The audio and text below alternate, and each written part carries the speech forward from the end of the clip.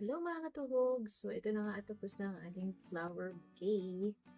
Yan, iba't ibang color siya. Merong purple, may cream, white, and then pink. Baby pink.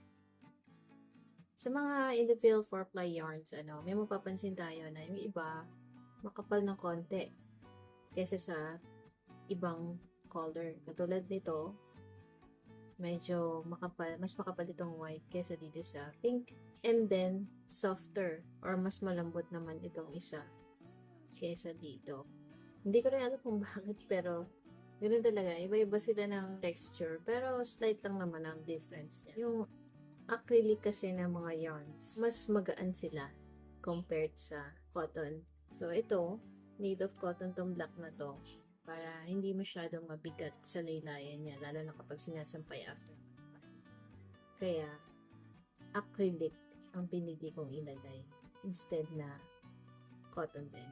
Itong leaves naman niya, 2 strands na manipis. Mercerized cotton yan. Pinili ko rin siya sa bag.